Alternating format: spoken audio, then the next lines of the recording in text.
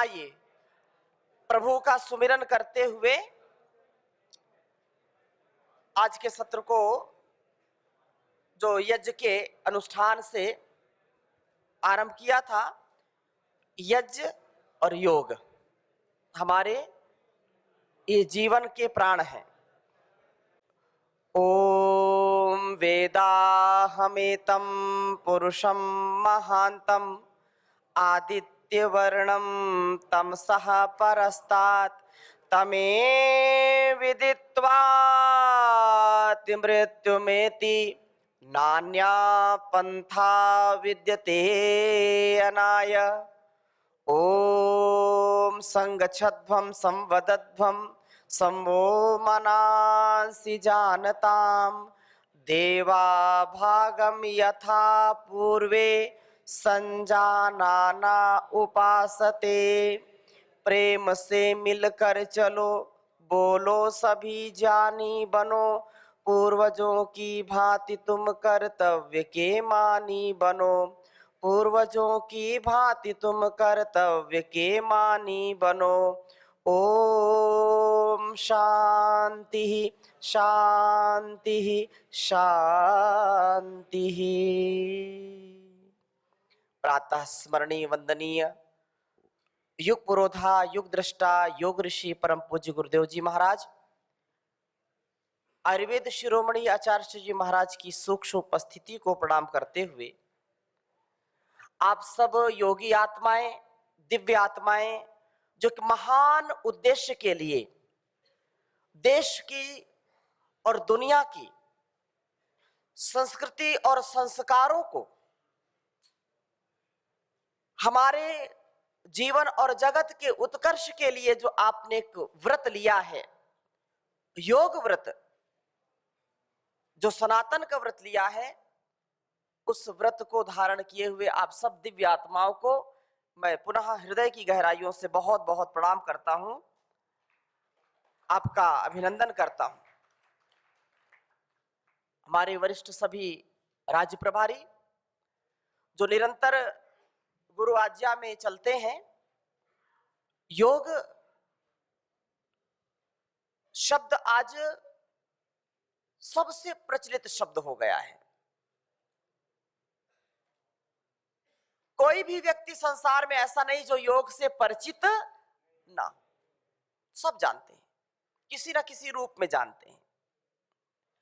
और आज पतंजलि का जो एक विराट स्वरूप पूरे देश और दुनिया के सामने है,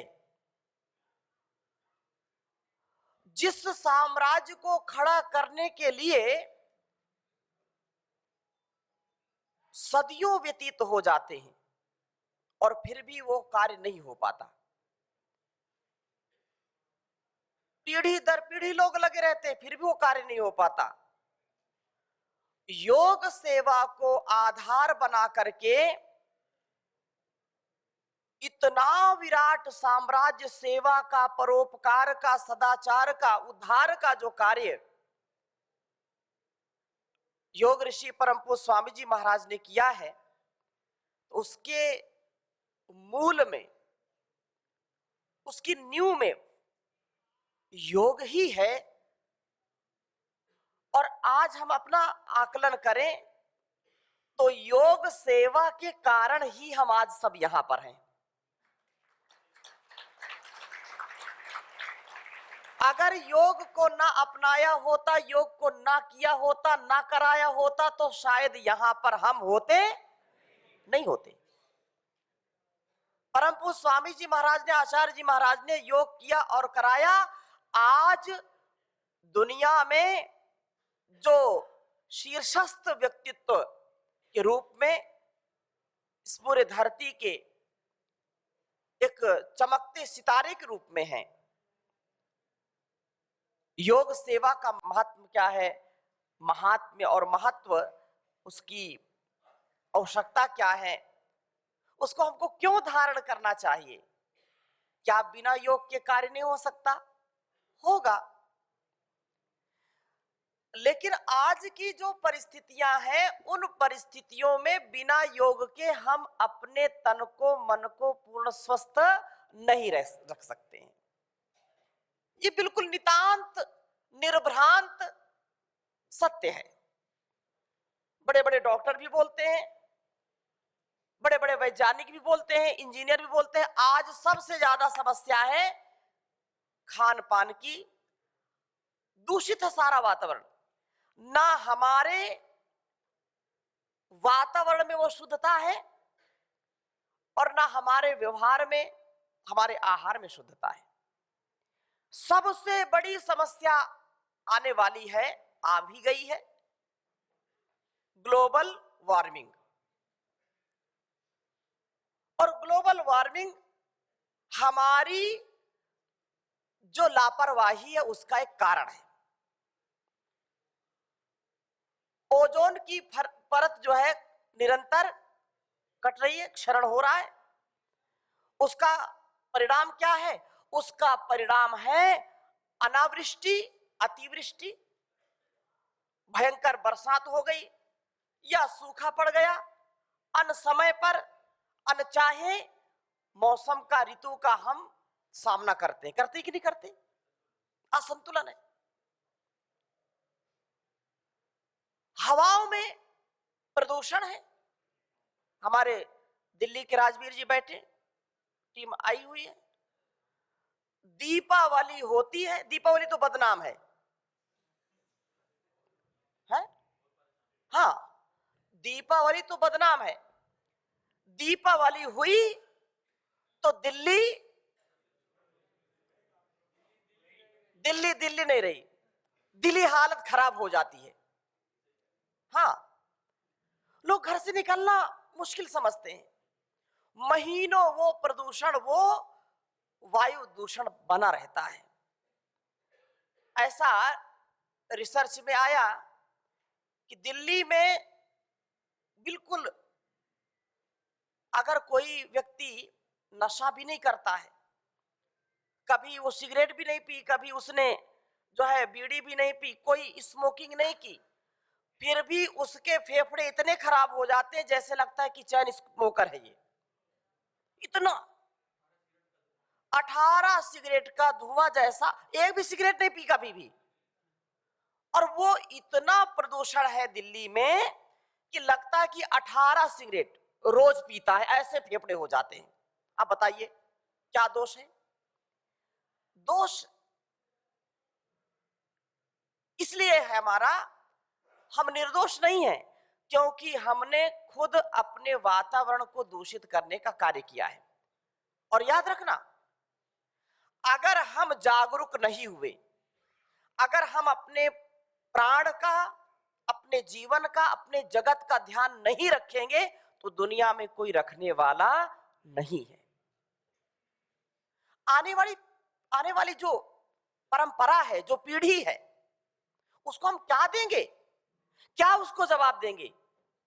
इसलिए आवश्यकता है हमको अपने जीवन और जगत के उद्धार के लिए कार्य करने की। इस जीवन का भी और जगत का भी, शरीर का और संसार का कल्याण करने के लिए परमात्मा ने हमारा जन्म दिया है।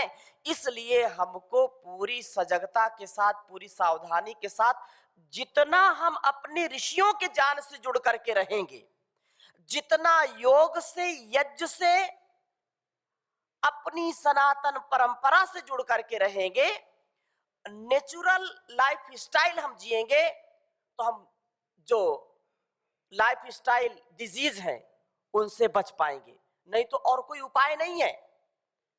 अब लोगों ने तो कह दिया कि ये लाइफ डिजीज है, लाइफ स्टाइल, ये रोजमर्रा की बीमारी है। हमारे ऋषि मुनि कभी बीमार नहीं होते थे। बच्चा जन्म ले रहा, पता लगा उसका फेफड़ा खराब है पहले से ही। नौजवान है, हार्ट अटैक हो रहे। पूरे देश में मैं घूमता हूं, सबसे ज्यादा हार्ट अटैक के, हृदयाघात के शिकार कौन हो रहे हैं? नौजवान, यंगस्टर्स, युवा। समस्या क्या है? योग करना नहीं और भोग से बचना नहीं। हमने नकल की है केवल। भोगोन्माद में कभी भी हम सुरक्षित नहीं रख सकते अपने आप को, ना परिवार को। मुझको क्योंकि एक मर्यादा है, इस सन्यासी परंपरा में हूं मैं, और गुरुदेव हमको ऐसा सिखाते हैं अपनी मर्यादा का अतिक्रमण नहीं करना।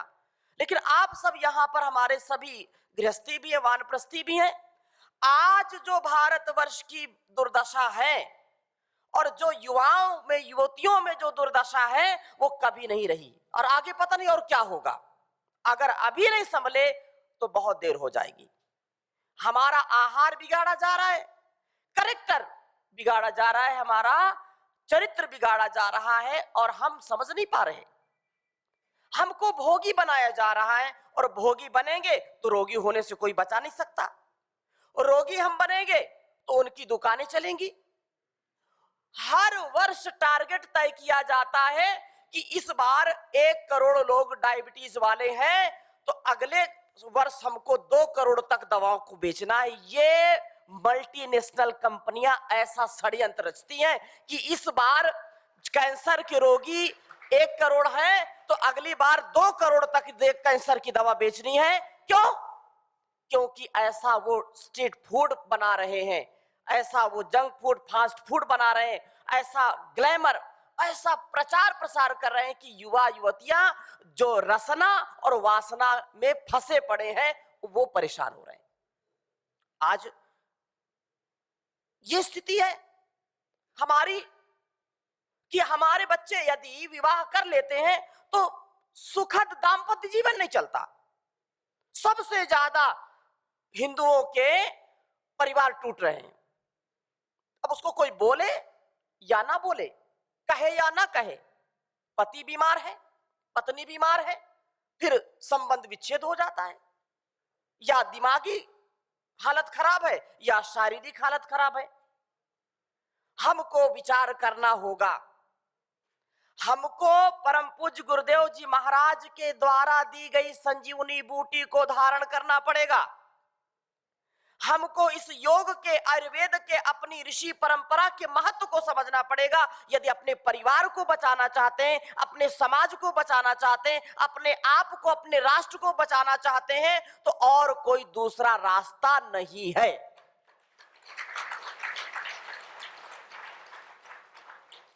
या तो हम लूट पीट करके आए, बर्बाद होके आए, और या पहले संभल जाएं। कुछ लोग बोलते हैं क्या करें, बुद्धि बादाम खा कर नहीं बढ़ती, बुद्धि ठोकर खा के बढ़ती है।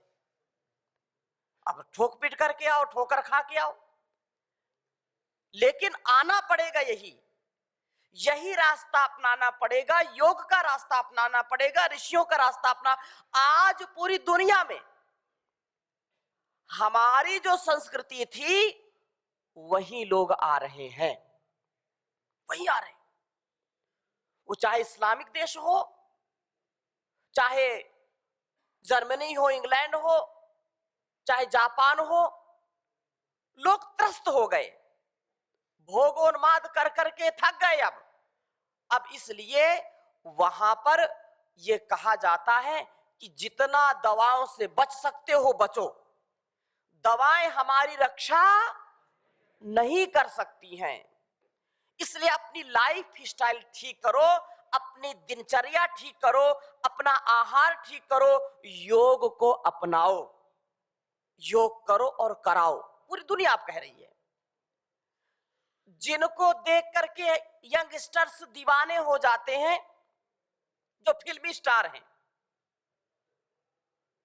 जिनके चरित्र का कोई ठिकाना नहीं, 2 कौड़ी के नचनिए, पैसा दो तो चाहे जैसा प्रचार करा लो। वो देश कहां जाएगा, समाज कहां जाएगा, हमारी संस्कृति कहां जाएगी, कोई मतलब नहीं, कोई वास्ता नहीं, उनको पैसा मिलना चाहिए। ऐसे लोगों को हमारे बच्चों ने अपना आदर्श बना लिया। लेकिन वो भी याद रखना, जिनको आदर्श बना लिया, जो हर जगह दिखाए बोलो जुबा केसरी है, और जहां देखो बोतलें लिए बैठे हैं, किस लिए? पैसे, पैसे के लिए। वो खुद नहीं खाते, याद रखना, कभी खाते नहीं, ना अपने बच्चों को खिलाते। वो जिस चीज का प्रचार करते हैं उसका यूज कभी वो करते, इधर खाया, प्रचार हुआ, इधर थूक दिया, और हमारे बच्चे उसके दीवाने हो जाते हैं। इसलिए हमको सावधान होना है। वो जो इस कार्य को कर रहे हैं वो भी कम से कम 2-2, 3-3, 5-5 घंटे योगाभ्यास करते हैं तो अपने आप को फिट रख पाते हैं, याद रखना। इसलिए हमको भूलना भटकना नहीं है, हमको जगना है और जगाना है, अपने राष्ट्र को योगी बनाना है।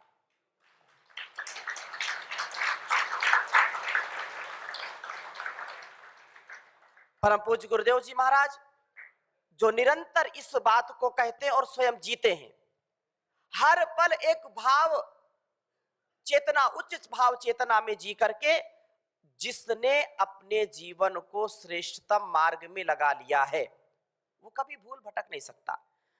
हमारे लिए गुरु ने हाईवे तय किया है। क्या तय किया है?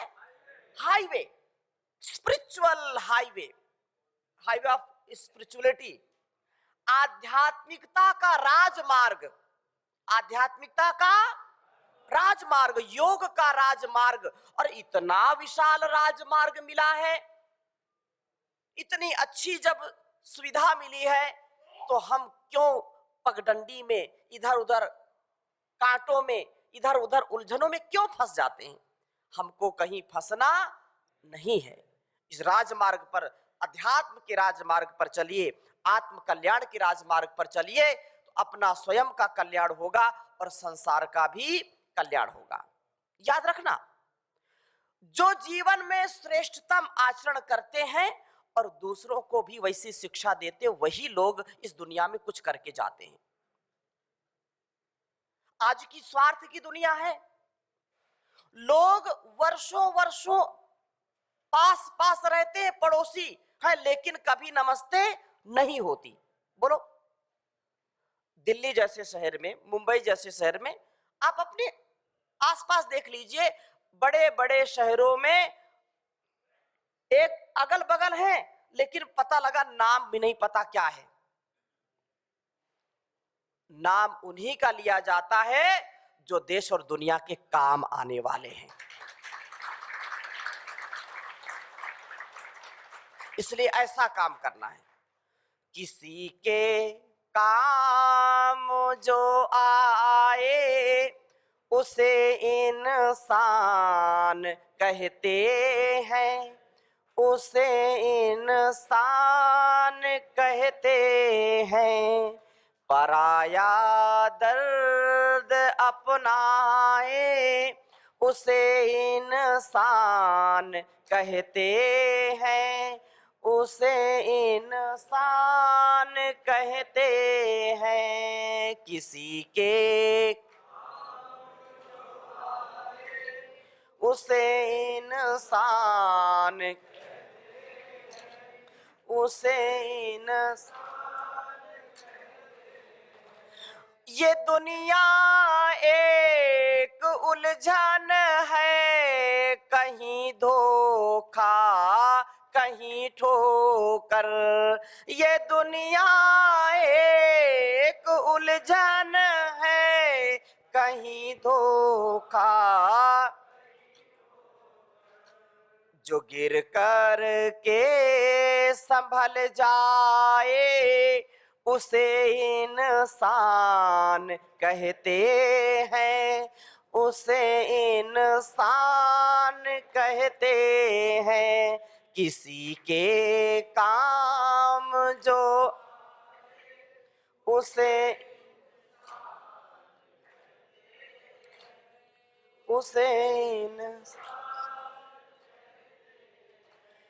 कभी सुख है कभी दुख है, इसी का नाम जीवन है। कभी सुख है भी दुख है इसी का नाम, जो दुख में भी न घबराए उसे इंसान कहते हैं, उसे इंसान कहते हैं। किसी के काम जो आए उसे इंसान, उसे अगर गलती रुलाती है तो यह राह भी दिखाती है। अगर गलती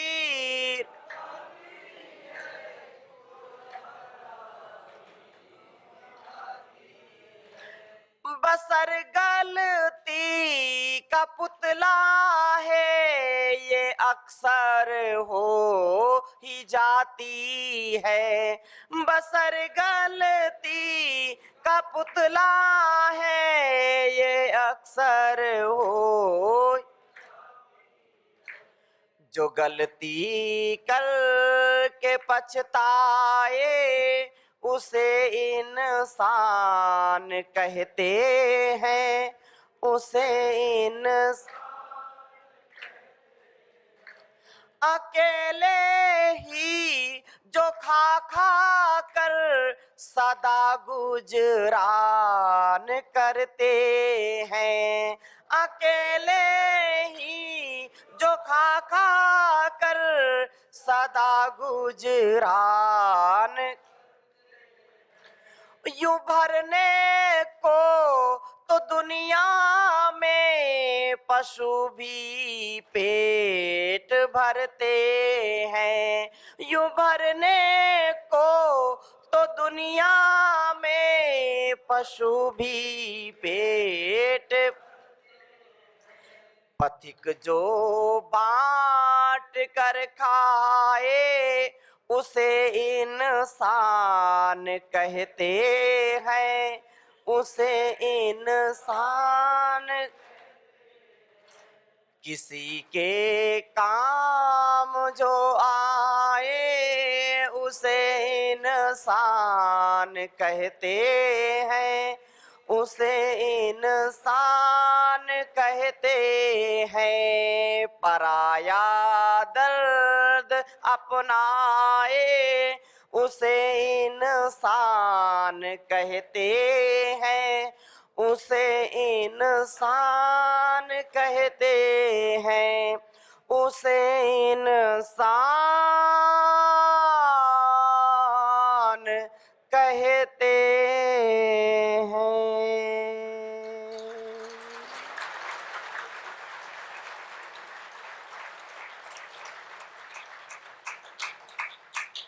भगवान का वरदान है इस जहान में इंसान का जीवन।